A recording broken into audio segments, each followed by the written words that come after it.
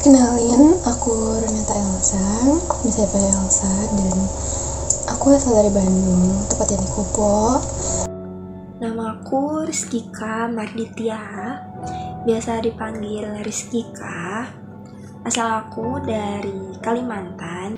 Halo, aku Fatim, mahasiswa semester 6 di Institut Teknologi Nasional Bandung. Aku Fatima Azahra, asalku dari Banggai Kepulauan, Sulawesi Tengah. Dan sekarang kesibukan aku itu cuman perkuliahan sih, tapi sebenarnya nggak cuman sih, kerjain project, terus kerjain tugas-tugas, terus bikin AI, banyak deh lain-lain. Kesibukannya lagi banyak ngerjain project-project untuk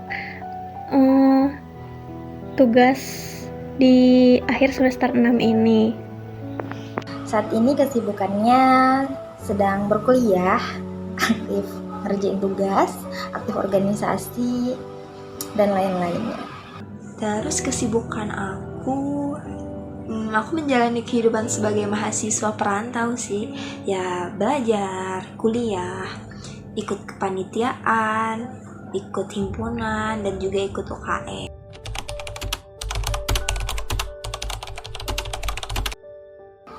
Waktu kecil, aku seringnya dipanggil Puput oleh keluarga dan teman-temanku. Panggilanku waktu kecil tuh Uli. Kalau dapat cerita dari ayah, itu nama Uli tuh diambil dari bulan lahirku, yaitu Juli. Oke, waktu kecil panggilan aku itu cukup banyak, kayak mulai dari ada yang manggil Tata, manggil Elsa, manggil Rene, manggil Esa, dan lain-lain deh. Dulu pas kecil aku dipanggilnya Ika, sebenarnya sampai sekarang juga Ika. Terus pas TK aku juga pernah dipanggil Kika, diambil dari nama Rizkika ya. Kemudian untuk cerita lucunya itu kalau di lingkungan rumah, di lingkungan keluargaku itu manggilnya Uli, tapi kalau di lingkungan sekolah itu tetap manggil pakai nama Fatimah. Jadi kalau misalkan ada teman sekolah yang datang ke rumah itu tetangga-tetangga tuh nggak tahu gitu Fatimah itu siapa, karena nama panggilanku di sini tuh Uli. Tapi mungkin kenangan ini sih, dulu sempat dipanggil Mbak Ika, karena aku punya adik. Jadi orang tua aku manggil aku Mbak, supaya adik aku keikut manggil Mbak Ika juga. Tapi seiring berjalannya waktu, adik aku nggak manggil aku Mbak Ika ternyata, tapi lebih memilih manggil aku Kak Ika. Dari mana sih panggilan-panggilan tersebut tuh datang? Nah, yang pertama itu yang paling sering aku dengar itu Esa. Nah, itu tuh sebenarnya panggilan dari mamaku. Nah, katanya aku pernah nanya, penasaran kayak kenapa manggilnya Esa padahal Elsa aja kan, kayak kagok. Terus katanya karena dia lebih pendek aja gitu, lebih cepat ngomongnya, kayak kalau manggil-manggil kan tinggal SS gitu. Nah, terus yang kedua itu ada panggilan Tata. Nah, itu tuh asalnya dari guru olahraga SD aku. Karena aku cukup dekat sama dia, kayak seneng ngobrol, terus beliau juga sebenarnya masih muda, terus kayak jaya banget ke anak-anak yang lain juga. Akhirnya dia manggil aku Tata, katanya supaya enak dan unik aja gitu katanya. Ya, aku tahu ini sangat jauh antara Fatima Azahra dan Puput.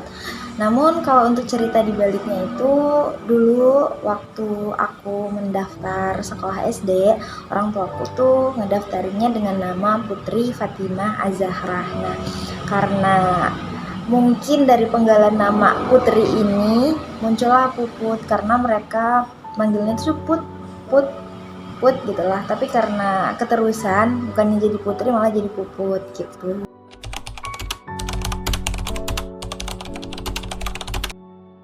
Diri aku yang masih kecil tetap jadi diri aku yang selalu berani, selalu pengen tahu untuk semua hal. Pertama aku mau bilang makasih banget sama kamu karena kamu gak pernah takut gagal. Kamu berani untuk eksplor hal-hal yang gak kamu tahu. Kamu berani buat keluar dari zona nyaman kamu. Kamu suka main hal-hal baru. Dan yang terakhir aku cuma bilang sama kamu untuk jangan mau cepet-cepet dewasa. Cukup, jangan insecure, jangan gampang minder, gak usah mikirin omongan orang lain, karena sebenarnya orang lain juga gak bakal merhatiin itu ke kamu, kayak gak bakal perhatiin semua yang kamu omongin, yang merhatiin yang kamu pakai sampai sedetail-detail, gak bakal. Jadi pede aja, percaya diri aja. Mending kamu gunain waktu kamu sebaik mungkin untuk membuat lebih banyak kenangan dan juga pengalaman. Karena ternyata pelajaran yang paling berharga itu adalah pengalaman yang kamu buat, yang kamu rangkai di masa lalu kamu atau masa kecil kamu. Jadi puas-puasin itu bermain, terus ngumpul sama teman, terus jangan lupa juga ngeluangin waktu buat ngobrol sama orang-orang terdekat sama tersayang kamu.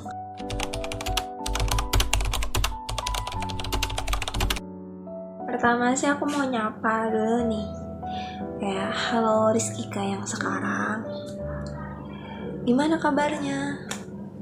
Bisa kan lebih, bukan pasti ya, harus lebih baik dari yang sekarang ini, yang ini. Terus pasti kamu udah makin dewasa, makin berpikiran panjang, berpikiran luas, terus nggak lagi mudi-mudian, nggak lagi mageran gitu ya. Terus aku cuma mau bilang gini sih, kamu hebat. Kamu hebat udah ada di titik yang kamu sekarang. Walaupun prosesnya sungguh melelahkan. Namanya aja untuk mencapai di satu titik tujuan gitu, pasti banyak rintangan dan hambatannya ya kan. Tapi kamu bisa melalui itu semua. Pengingat dari aku sih, dari aku yang sekarang, sabar ya Rizkika, jangan terlalu dipaksain. Kamu manusia, kamu bisa capek. Jadi kalau kamu capek, istirahat. Penting banget ini istirahat. Kalau 5 atau 10 tahun lagi aku nonton video ini, aku bakal ingetin buat terus jangan menyerah, kayak tetap bersyukur sama setiap proses yang udah dilaluin, meskipun kadang prosesnya tuh nggak sesuai sama ekspektasi, tapi ya udah nggak apa-apa, tetap bersyukur aja karena bisa kasih kesempatan buat ngejalanin proses itu. Pesanku itu, kamu pernah punya cita-cita sebesar ini.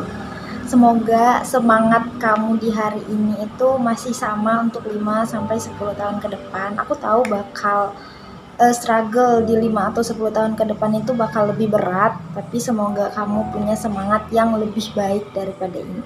Untuk aku, kamu hebat. Jangan lupa untuk terus apresiasi semua usaha yang kamu lakukan, sekecil apapun itu.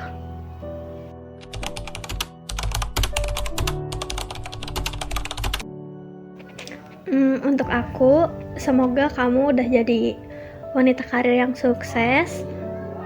Kalaupun belum, gak apa-apa, pelan-pelan aja. Aku tahu kamu bisa. Semangat. Aku juga pengen nanti pas aku nonton video ini, beberapa impian aku udah kecapai. Misalnya aku punya karir yang jelas di bidang yang aku sukai, atau mungkin aku punya usaha kecil-kecilan. Doain aja ya. Aku udah masuk ke dunia yang aku cita-citakan, dimana mungkin aku udah expert di bidangnya. Ya intinya aku udah berhasil lah masuk ke dunia yang mau aku capai dari dulu. Video ini yang pasti aku maunya target dan impian yang aku capai di masa depan itu udah yang terbaik buat aku, yang paling baik buat aku. Terus selain itu juga yang bermanfaat bagi orang banyak, yang tidak merugikan orang banyak, terus mengharumkan nama suku, bangsa, dan negara. Ya, amin ya Allah, amin.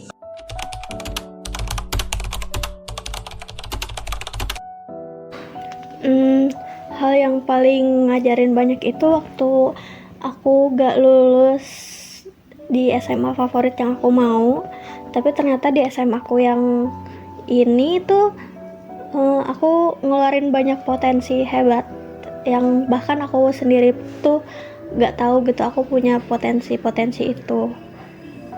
Dari situ aku tahu kalau aku bisa dan aku itu hebat kalau aku berusaha. Ya, menurut aku setiap harinya itu adalah pembelajaran kehidupan yang berharga gitu. Kayak misalnya besok harus lebih baik dari yang hari ini harus lebih baik dari yang kemarin. Jadi kayak saling berkaitan gitu kan setiap harinya. Tapi kalau misalnya disuruh memilih kapan sih pembelajaran hidup yang berharga itu datang di aku gitu. Untuk sekarang sih saat aku memutuskan harus merantau beda pulau dari Kalimantan ke Bandung, dimana saat aku ngerantau tiba-tiba aja kayak kehidupan yang biasanya aku laluin tuh tiba-tiba berubah gitu, aktivitasnya, alurnya gitu. Yang paling banyak ngasih pelajaran hidup itu adalah ngerantau, karena itu benar-benar survive, benar-benar mengajarkan aku tuh gimana bergantung pada diri sendiri dan gak percaya orang lain. Itu benar-benar keluar dari zona nyaman, dimana kamu benar-benar bertahan hidup tuh mulai dari nol, memulai semuanya dari awal itu di kampung orang. Percaya sama diri sendiri. Nah dulu tuh aku sering banget ngerasa minder, ngerasa takut salah, takut gak diterima sama orang lain. Tapi mulai kesini tuh aku mulai percaya sama diri sendiri aja dan mulai belajar untuk bodo amat sama orang lain, karena dengan kedua hal itu hidup itu kayak lebih ringan dijalanin gitu lah.